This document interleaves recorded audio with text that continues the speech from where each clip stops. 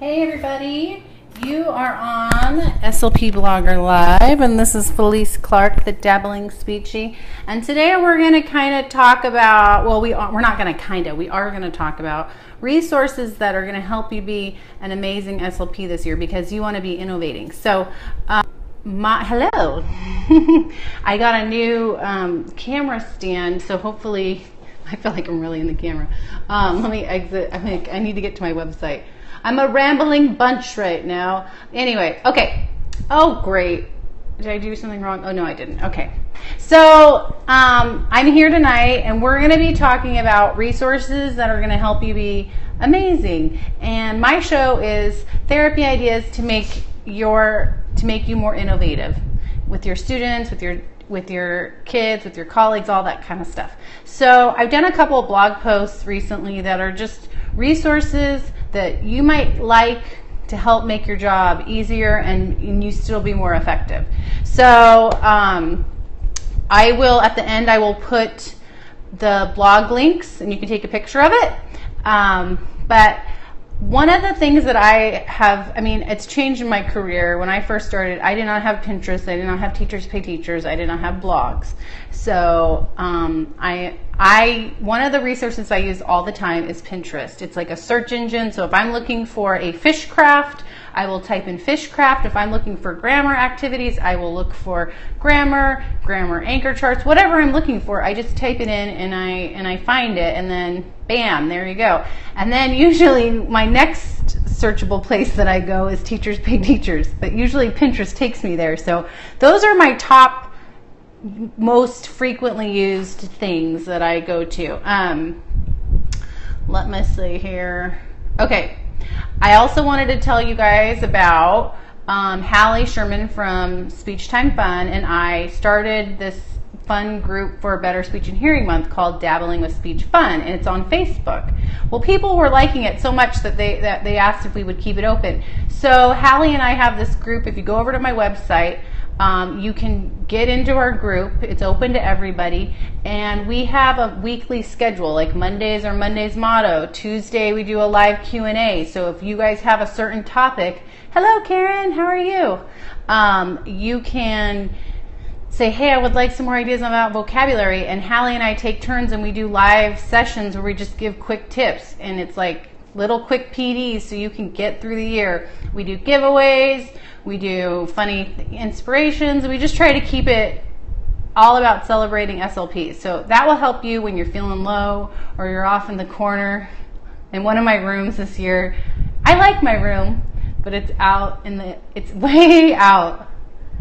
Oh, great. You're on vacation. Oh, that's nice. I'm way out in this portable, but luckily I have PE and the music teacher nearby, so I won't feel alone. But sometimes we feel alone in our profession. Okay. I'm looking at my notes on my blog post, and you can read more about them. I'm just going to go through them quickly. Jenna Rayburn, she's closing her course August 31st. So if you're interested, you should go. If you're wanting to spend some money to get all the tips and tricks you need for the whole year, you should join Jenna Rayburn's school SLP course. And she has videos and helpful, she does all sorts of fun stuff. Checklists, all the things you would need if you're coming from a different setting. So if you're coming from the hospital, or maybe you've been a mom staying at home and now you're coming back to work, this is that kind of course for you, where she goes over eligibility, updates on IEPs, checklists. I think there's even material. I know she has materials that you guys get access to, so it's a pretty great course. I got a free subscription to try out from SLP Toolkit. This is my next fabulous resource that I think you should try out. You can try it out for free. If you go to my website, I'll show you at the end, you can get a month full access for free, or you can get $20 off the yearly subscription, and it's called SLP Toolkit. And this is the first, I used it back in March and April, but this will be the first year that I'm uploading my whole caseload. I'm going to be making my speech schedule on it. I'm just going to really try to embrace it and really see how it helps me with managing my caseload. But basically, it's a progress monitoring data system that you can write the students' goals in there. You can take progress there's assessments in there that you can just do digitally, and you can print the results so you have a paper trail, and you can do baseline assessments. It has teacher strategies and all sorts of stuff that you can just copy and paste into the IEP. And then once you make a goal, they have goals that you can pick from, or you can make your own goal and save it on each student. You can then make a data goal sheet from that, like bam, print it out every time you need it. What I'm so excited about is that I can make my schedule for the year, print it out, and then if I need to, I'm going to start adding. I don't know if they did this yet, but I told them, like, I'd really love, and they told me they were working on it, I'd really love a feature where I could update my weekly to-dos, or on my calendar, like on Mondays, I like to block out what I do. So maybe 8 to 8:30, I do Medi-Cal billing. 8:30 to 9, I meet with the psych. 9 to 11, I'm testing. So that will change on certain days, and they are going to make it so you can change it. And then I like that I could print it out and make quick changes if I have kids moving. So I'm really excited. I would check out SLP Toolkit. The other resource that I think is pretty fabulous is the lesson plan membership that my friend Marisha from Road to Speech has on her website. And you can pay monthly or you can pay yearly, and you can get themed lesson plans for the majority of your caseload that's all ready to go. So if you want to do beach, she has a craft, she has books, she has activities, and everything that you would need for that theme, and you can use that with your whole caseload. So it's taking away the stress of going, oh my gosh, what am I going to do in therapy? How am I going to get all this ready? She has that. She's taking that away so that you don't have to deal with that, and you can still have fun, engaging therapy. So I'm excited. I'm going to be trying that out. To be honest, I haven't really gotten into it yet because I just now am scheduling my students. So I'm not there yet I haven't even thinking about therapy because I'm already over my head right now with planning. So then my last, the other one that I put that's kind of like a thing you can go download is Word Vault. So Word Vault is free right now, but you can get extra bonuses when you pay for the subscription. You can take data. It's an application for your iPad. You can put audio recording, but it has stimulus items for like tons of goals, and it's free. And then if you want to have that added bonus of taking data on your iPad, same kind of concept of going digital, you can pay the subscription, and it's pretty cheap. It's like $5.99 a month, so that's not that bad.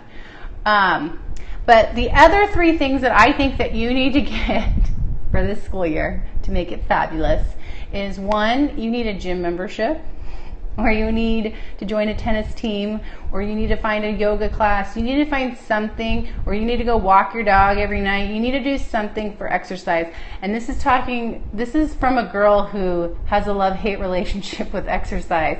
If I could do exercise whenever I felt like it, and I didn't have to get up at 5:30, or I didn't have to cram it in here and there, I think I would really enjoy working out, because I did enjoy it over the summer.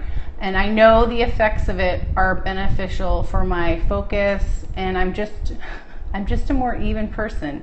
And we're going to get a lot of stress that's coming up, and you really need to battle it with good exercise, because then I usually sleep better. It's the whole thing that we all know is true, and then we go to Starbucks and get a triple venti mocha. So I'm not lecturing you. I'm just trying to help you that I'm right there too, trying to incorporate gym membership. So I have to remind myself, like, working out is good for you, Felice, and it'll be good for you too. And you meet friends, you can meet friends, and I don't know, it's a good stress reliever for me. Let me see. You need to have a creative outlet.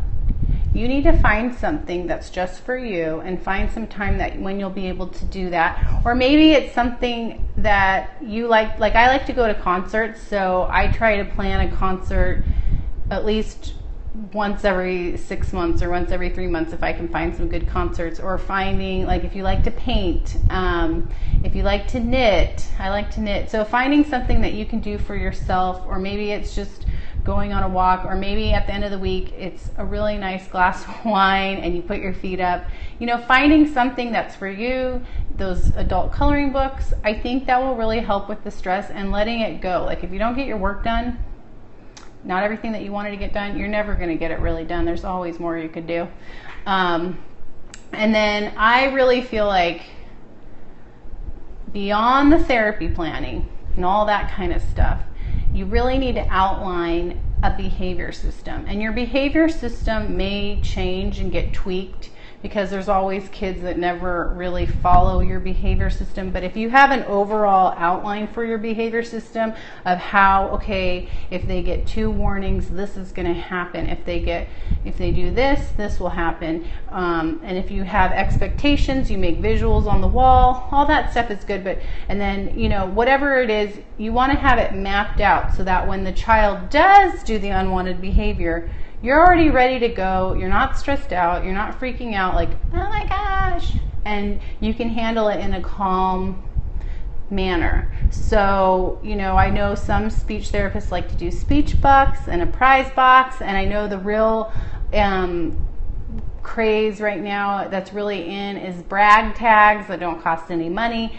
Last year, I didn't really do like a prize box. I was tired of buying stuff, so I just focused on making my sessions exciting and making and finding ways to be a little bit more interactive. So then maybe we took a day where we weren't playing it, we got to play a game, or we got to do a craft or do something different than just like the work stuff, and that seemed to work for my kids. They never said anything, so I didn't push it. But in the past, I've also done a raffle.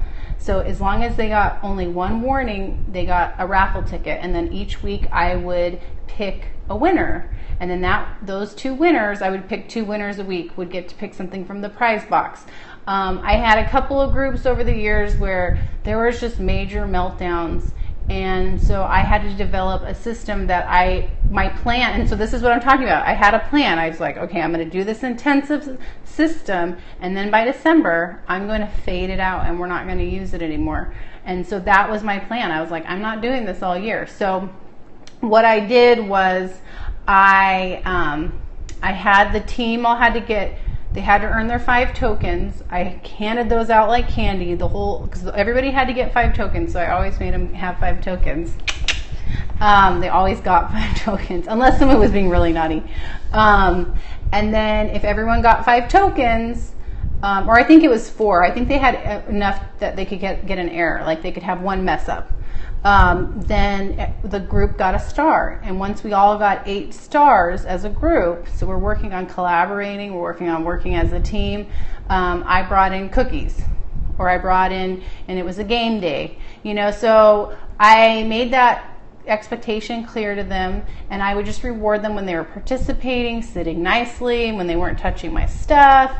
And of course I had those rules anyways, but this was just an extra way of reinforcing that stuff in the beginning of the year and to help them to feel positive about me, since they only saw me once or twice a week. And then I slowly faded that away once they got trust with me. And then, so a lot of my kids, I would just do, okay, great. At the end of the year, we're going to have an ice cream party. And that was what they got for being in speech all year. And that's kind of what I've stuck with. And then, you know, a lot of times I would just use the behavior management systems that the teachers created, because some of them had really great systems, and it's like, why reinvent the wheel, right? And it would match with what the kid already knew. So that's another way to go if you're trying to figure out, well, what kind of behavior management system should I use? Well, use the school tickets. Use what the teacher uses. And I love to use expected and unexpected and all that kind of stuff. So those are my tips.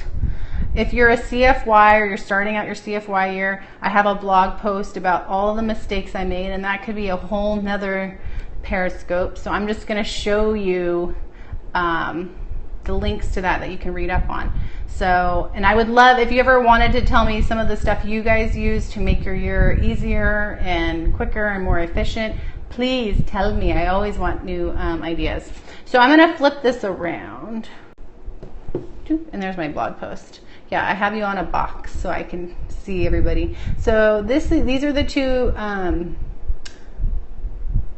blog posts that I've just done recently. And if you go to the 10 fabulous resources, that's all one word. You can take a picture of it. And that has links to everything. And what was I going to say? Oh, and it has some of them, there's some deals if you use certain codes. So take a picture, take a picture. Okay. Oops. All right. So I hope you have a great week. If you're starting back, if you're still on vacation, enjoy. Feel free to reach out to me on social media if you have questions. I would love to have more series on things that you guys want or ideas. If you want to go over to Facebook Live, or not Facebook Live, on my Facebook page right now, I did a Facebook Live. I don't know how great it turned out, but I was trying to show people how you can use the iMovie app in therapy for oral narration skills. So hopefully I did a good enough tutorial. If not, it was live, people. So anyways, I will talk to you later.